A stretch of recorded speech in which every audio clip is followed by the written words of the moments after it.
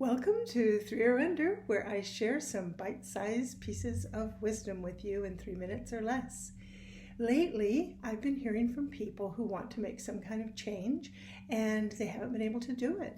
Whether it's a new job, moving to a new city, moving to a new home, getting a new relationship, whatever it might be, they just aren't able to make it happen. And so they asked me about it. And one of the things I like to tell people, because this is generally true, if you're not able to move along to something new, it's because there's something you need to complete where you are. There's something you haven't mastered. And I don't know if it has to do with, job duties, karma with people at work. Maybe there's something even bigger than that where you think you want to go next isn't the right place for you. And all of this applies to houses, relationships, however you want to change.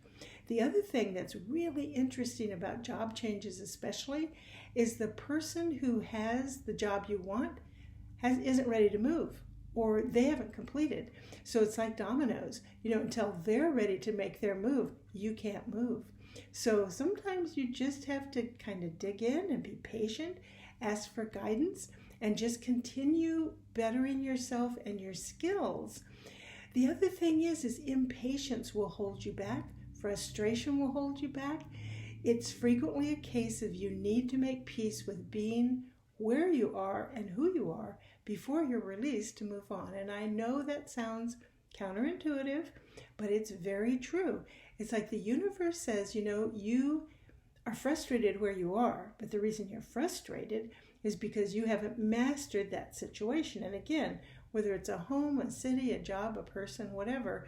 So if you're feeling like you really should be able to move on, it's not happening, spend some time really looking at the situation and especially at yourself and saying, what do I need to do? What do I need to master? What is still here for me? My dear friend in astrology, I was complaining about traffic because I used to take 2 and 3 hours to get to and from work. And one time she told me, she said, Krista, you will not ever change that situation until you're done with it, until you don't need it. And I said, I don't need to sit in traffic. She said, clearly you do. It's happening.